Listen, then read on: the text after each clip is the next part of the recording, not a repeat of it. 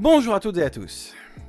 Après une critique de Barbie plutôt élogieuse et positive, d'un film de la Warner, je précise, c'est vrai que j'ai oublié de le préciser la semaine dernière, nous allons continuer avec un autre film produit par Warner Bros. Et je pense que, vu le t-shirt, vous savez à peu près de quel film de 2023, un film DC Comics, je vais malheureusement mentionner. Alors, générique.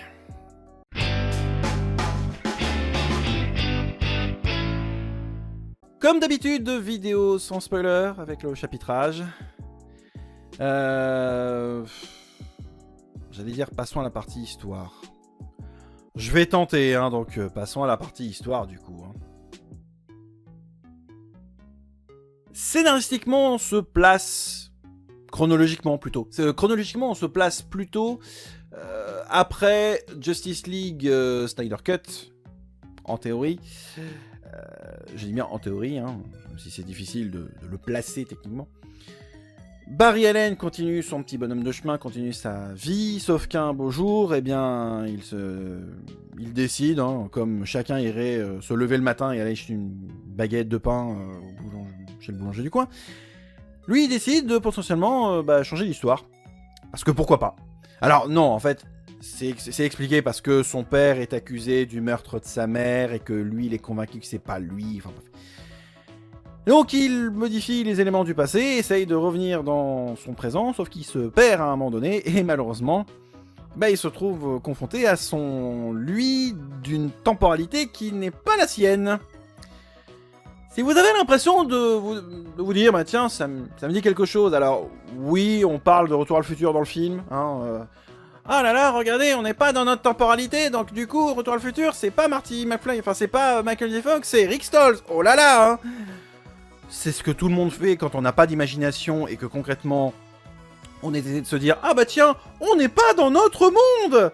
On dit que c'est pas Michael J. Fox qui fait du coup Marty McFly, on dit que c'est Eric Stoltz. Oui, parce que pour la petite histoire, à la base, du coup, ils avaient fait les premiers essais de Retour à le futur avec... Je m'égare. Bon, on en parlera dans la partie, mon avis.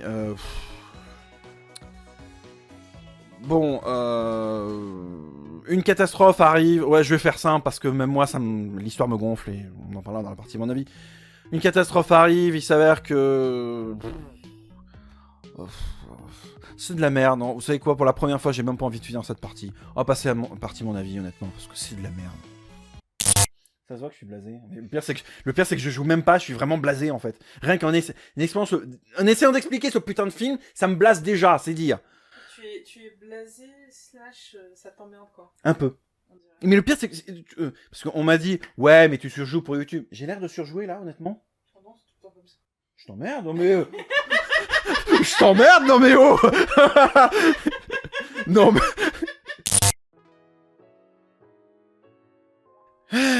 Bon. Si vous avez suivi cette chaîne YouTube... abonnez-vous, passage. Si vous avez suivi cette chaîne YouTube depuis pratiquement plus d'une dizaine de mois, j'ai analysé, il n'y a pas si longtemps que ça, le film Astérix, produit et réalisé et interprété dans le rôle principal par Guillaume Canet. J'avais beaucoup gueulé contre le film. À côté de The Flash, le Astérix de Guillaume Canet devient passable. On passe de médiocre à passable. Même si Guillaume Canet ne maîtrise pas son sujet, ça reste toujours plus intéressant que ce film The Flash. Alors, on va faire simple. Cette partie, mon avis, risque d'être un petit peu salée, potentiellement. Et, je précise, il n'y a aucun point positif. Je vais me faire un plaisir de lui démonter sa gueule. Et ça m'amuse pas, parce que bon, je pense que ça se voit, j'adore DC Comics. Mais là, je me suis senti trahi, insulté, mollardisé. Ça valait le coup de défoncer Black Adam pour si peu, quand même, Parce qu'au moins, The Rock avait un tant soit peu le mérite de vouloir faire quelque chose de bien. Là, c'est juste de la merde. The Flash, c'est juste de la merde. Rendez-vous compte, même la série télé du même nom toujours avec The Flash, toujours avec du coup Grant Gustin dans le rôle de The Flash, est 1 milliard de fois plus abouti scénaristiquement parlant et même au niveau de la CGI que ce putain de film. Alors, premier point négatif, la CGI. Alors, je pense que la plupart d'entre vous, vous êtes déjà au courant que The Flash a des effets visuels, de la CGI, donc immonde. Le mot immonde n'est même pas assez fort pour décrire. Je veux dire, c'est même pas digne d'une copie de travail. J'ai connu des gens qui bossaient en compositing ou en compositing qui étaient 1 milliard de fois plus compétents ou compétentes que ça. Comment, en tant qu'entreprise qui s'appelle Warner Bros, je précise, comment on peut tolérer un truc pareil? Mais comment on peut se dire, ah t'inquiète Michel, ça part en prod. Mais à quel moment on se dit ça? Pardon? Mais vous êtes Warner Bros, bordel de merde, vous êtes pas Guillaume Canet, même Guillaume Canet qui pourtant a eu des petits soucis de CGI avec des Romains qui du coup ont été générés, même Guillaume Canet a pas fait un truc pareil. Même Disney avec les problèmes qu'ils ont eu chez Marvel en 2022, même Disney n'a pas osé faire un truc pareil. Et ça venait ensuite gueuler Ant-Man 3, c'est dégueulasse, c'est pas bien. Mais au moins Ant-Man 3 c'est terminé comme film. Sincèrement, c'est une honte. C'est une honte en 2023 de proposer un truc. Mais vous êtes Warner Bros, vous avez des milliards de recettes, de bénéfices. C'est pas comme si vous étiez Uwe Boll, bordel de merde. Mais comment ça se fait? Il est où l'argent? Il est où l'argent, sincèrement, mais rendez l'argent. Pardon? Il est où l'argent? C'est Guillaume Canet qui s'est barré avec, vous allez me dire? Au moins, Guillaume Canet, ok, j'ai payé ma place pour le film, j'ai un peu gueulé, etc. Mais au moins, le film était fini. Un minimum. Putain, je dis du bien de Guillaume Canet. Putain, je dis du bien de Guillaume Canet. Putain, mais qu'est-ce qui se passe? Waouh, oh, oh, la vache. Respire, ça va aller. Poussez, madame, poussez. Allez, deuxième point négatif. Bah, c'est le scénario de la série, en moins bien. C'est le scénario de la série en moins bien. Parce que pour info, ce qui se passe là, dans le contexte, la fin de saison 2, début de saison 3, pour information, il y a exactement la même chose. Barry Allen décide de revenir dans le passé, il change un truc, il revient dans son monde, sauf que, on lui fait bien comprendre qu'il y a un effet papillon. C'est-à-dire que dans la série, il fait ça, mais pour une bonne raison. Parce que la personne qui a tué la mère de Barry dans la série, c'est Eobard Thawne. Donc en gros, l'anti-flash, le néga-flash, appelez ça comme vous voulez. Bon, normalement c'est le professeur Zoom, mais dans la série c'est pas le professeur Zoom. Bon, c'est pas le problème. Donc il y a un contexte, le but c'est de l'arrêter pour éviter qu'il crée le point central temporel vis-à-vis de la série. Donc c'est clair, net, précis. C'est bien raconté, c'est bien expliqué. Sauf que, à un moment donné, Eobard Thawne explique à Barry Allen, dans la série, je précise, que comme t'es en train de changer l'histoire, techniquement tu n'es pas censé avoir eu tes pouvoirs, donc tes pouvoirs sont en train de disparaître de ton corps. Donc il faut que tu remettes les choses à leur place, et me laisser tuer ta mère pour que tu redeviennes Flash. Il y a un effet papillon, ce qui malheureusement change aussi le cours de l'histoire, et intègre un nouveau personnage dans cette saison, qui d'ailleurs est joué par Tom Felton, le Drago Malfoy d'Harry Potter, joue le rôle du chef de la police scientifique de Central City. Ouais, ça change un peu. Autant vous dire que ça surprend un peu quand on n'est pas habitué. On se dit, ah, Drago Malfoy, chef de la police scientifique, avec la VF de DiCaprio. Parce que pourquoi pas. Vous voyez, rien que ça, déjà, dans la série, c'est cool. Dans le film, c'est de la merde. Je pense qu'ils ont jamais lu un comics, je veux dire, pour information, non, je vais y arriver. Là, j'ai quelques comics, donc j'en ai lu des comics. Même moi, je pourrais faire un scénario plus crédible. Scénario en 3 actes, etc., etc. Là, c'est un travail de branle-couille. Concrètement. Parce que on prend des éléments de la série télé, on prend des éléments de l'arc narratif Flashpoint, où concrètement Barry Allen revient dans le passé sans trop savoir comment il a fait alors qu'il n'avait pas voulu le faire, et qu'en fait c'est un coup d'Eobard Thawne qui a modifié le passé. Ce qui fait que dans Flashpoint, dans le comics et dans l'animé, parce qu'il y a un très bon animé Flashpoint Paradox que je vous recommande, qui est assez trouvable assez facilement si ça vous intéresse. Dedans, il s'avère que Wonder Woman et les Amazones sont en guerre contre les Atlantes, Superman n'est pas tombé dans le Kansas et a même été emprisonné par l'armée américaine dans une base secrète. Batman, Bruce Wayne est mort et en fait c'est Thomas Wayne qui joue le rôle de Batman. Donc autant vous dire que ça fait un peu tout drôle. Et je crois d'ailleurs que la mère de Batman, donc Martha Wayne, est devenue un peu cinglée en voyant son fils mort. Du coup elle est deux. Hein, c'est pour vous dire, hein, c'est au moins c'est bien conçu. Normal, c'est un comics. Hein, là dans ce film-là, non, c'est on a juste remplacé Ben Affleck Batman par Michael Keaton Batman. Ouais. Bah non, en fait. J'aime bien Michael Keaton, hein, mais laissez le passé au passé. Et en fait, le problème, c'est que j'ai l'impression que le film a voulu faire des références à Burton de manière un peu plus régulière, sauf que ça marche pas. Pour un clin d'œil présent à la fin du film que je ne vous... Est-ce que je peux spoiler? On voit Nicolas Cage en Superman, voilà, c'est... Sauf que ça n'a pas de sens, c'est fait en CGI, c'est immonde, c'est dégueulasse. Bon, il est pas mort, hein. On pourrait dire qu'il se retourne dans sa tombe. Il est pas mort, mais c'est tout comme. Hein, c'est... déjà d'une. Et de deux, forcément, ils reprennent des éléments de Man of Steel pour les intégrer dans ce film, mais remodifier, parce que comme ils s'embrouillaient avec Henry Cavill, suite à l'échec de Black Adam, et bah du coup, Henry, la porte est là-bas, dégage, on va te remplacer par quelqu'un d'autre, ce serait pas mal. Donc ils ont engagé quelqu'un d'autre. Une fille. Pour jouer du coup Supergirl. Alors, on leur a dit que Supergirl était blonde. Parce que bon, Len Slater, Melissa Benoît... là, ils ont pris... comment dire? Ils ont pris Clark Kent, ils ont pris Supergirl et l'ont modifié. Ça te donne... c'est de la merde, honnêtement. Je suis désolé, hein. Alors oui, on va me dire, oui, mais l'actrice Sasha Cale, elle a été préparée, elle a été adoubée d'une certaine manière par Melissa Benoît, par Henry Cavill, donc du coup, je m'en fous sincèrement. Je suis désolé, mais dans le film, non, elle joue comme une truelle, sincèrement. Je suis désolé, c'est nul. Quand tu sais pas jouer, on te donne pas un rôle important. Je ne faites pas comme Disney, bordel. Genre, bon, bonjour, on va mettre une actrice qui n'a jamais joué dans une super production et on la met à la tête d'un film comme La Petite Sirène. Elle joue comme une truelle, sincèrement. Même une truelle, même, je sais pas, potentiellement, même ma porte de maison jouerait mieux que cette truelle. C'est insultant pour les truelles, je sais, mais bon, en même temps, c'est le premier truc qui me venait en tête. Au moins, une truelle, c'est pas sexiste. J'aurais pu prendre n'importe quel... même mon disque dur, hein, clairement, jouerait mieux que cette truelle. Voilà, c'est pour vous dire. Bref. J'allais reparler de la CGI, parce que...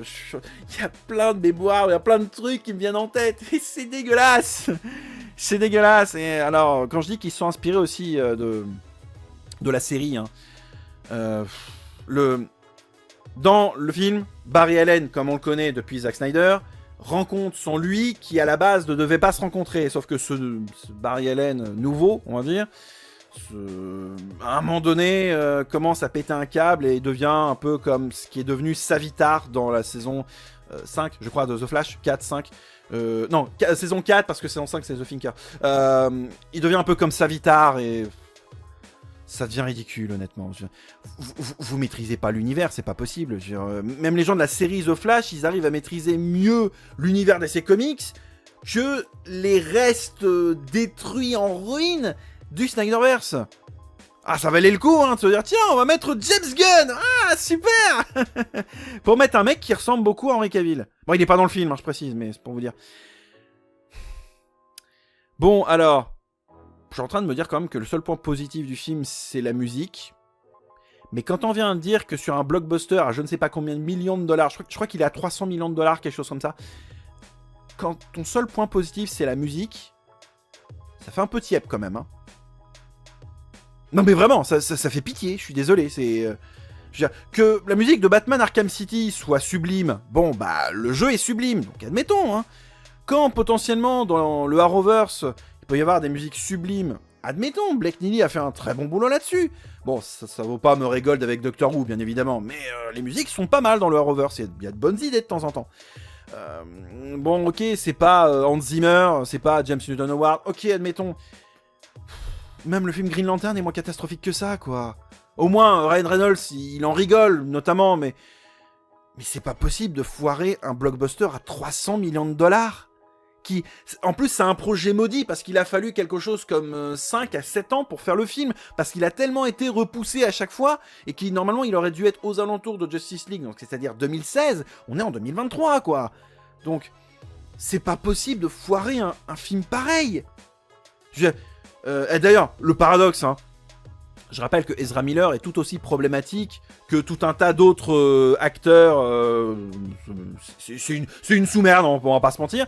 À un moment donné, on voit Ezra Miller, donc en tant que le Flash tel que nous on l'a connu, faire des leçons de morale et être un peu comme une forme de mentor entre guillemets, pas vraiment, mais faire des leçons de morale à son lui d'une autre temporalité. Fait, non mais on n'y croit pas un seul instant, quoi.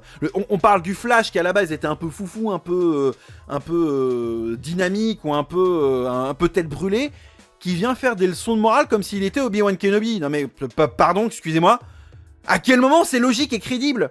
Je sais pas, c'est comme si potentiellement vous regardez Brooklyn Nine-Nine et que d'un coup Charles Boyle devient la personne la plus intelligente du monde et qui devient Obi-Wan Kenobi ou Qui-Gon Jinn en donnant des conseils ultra importants sur le sens de la vie.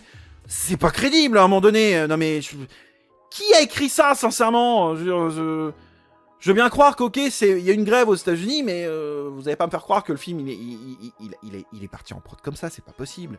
Il est pas fini le film, il manque des scènes, la CGI est immonde, elle est dégueulasse. Il est pas fini votre film. Comment en 2023 on peut arriver à se dire oh bah tiens, ça part en prod? Mais vous êtes en train de détruire DC Comics.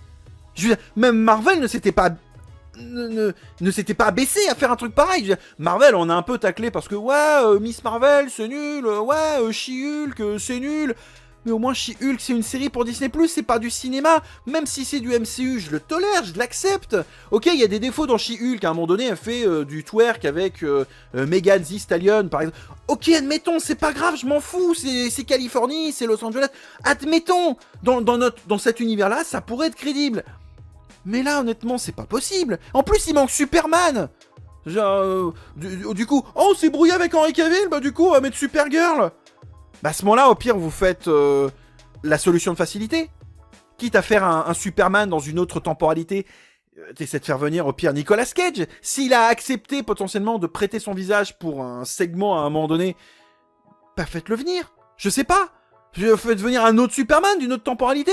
Ça valait le coup potentiellement de mettre Julien Lepers en Batman, mais par contre, essayer de mettre un Superman, ah bah non, c'est trop compliqué. Hein. Pourquoi ? Il y avait pas assez de quotas féminins dans le film, donc du coup, on met Supergirl. Vous avez détruit l'impact de Superman. Ah bah Kal-El, il est mort pendant le voyage sur Terre. Pardon ? On me l'avait jamais fait ce coup-là, tiens. On me l'avait jamais fait. Excusez-moi, hein, mais on parle du plus grand super-héros de tous les temps. Et vous le faites mourir comme une vulgaire petite pucelle.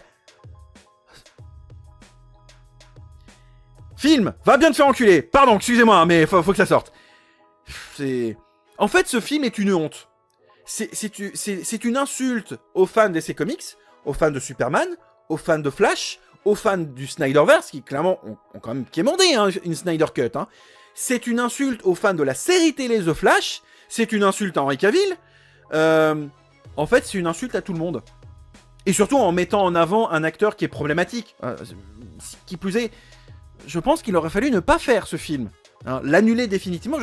Vous avez annulé le projet Batwoman. Pourquoi ne pas annuler le projet The Flash ?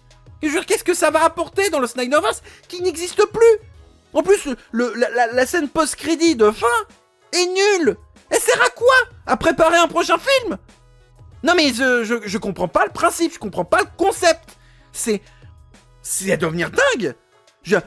Un conseil, hein, ne vous plaignez plus jamais de Marvel, hein, parce que Marvel à côté, c'est un tant soit peu plus fini. Là, c'est pas fini. Le film est pas fini. Je suis désolé, hein, mais c'est une honte. C'est une honte, je suis désolé, c'est une honte. Je ne cautionne pas un film pareil. Je ne le conseillerais même pas à mon pire ennemi. C'est vous dire. Même pour un film de torture, ça marcherait même pas. Quoique. Hein. Il y a tellement de trucs qui... Il y a tellement d'Uncanny Valley avec la CGI dégueulasse. Hein. La scène avec les bébés, notamment. Pourtant, il y a des bons... Alors, je vais être mauvais en. Et on va finir là-dessus. Il y a au moins un point positif. Un seul. C'est la chorégraphie de combat, notamment. Avec les pieds, je crois qu'ils font comme ça à un moment donné. Et les deux Flash qui se rebattent et qui combattent. Certains morceaux de la chorégraphie de combat sont pas dégueux. C'est plutôt intéressant. Mais c'est le seul point positif que j'ai à lui donner.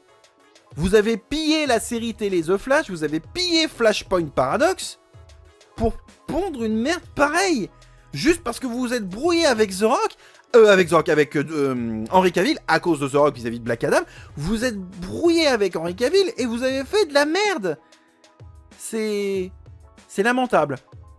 C'est lamentable. Honnêtement, c'est l'un des pires films de super-héros et l'un des pires blockbusters que j'ai pu voir de ma vie.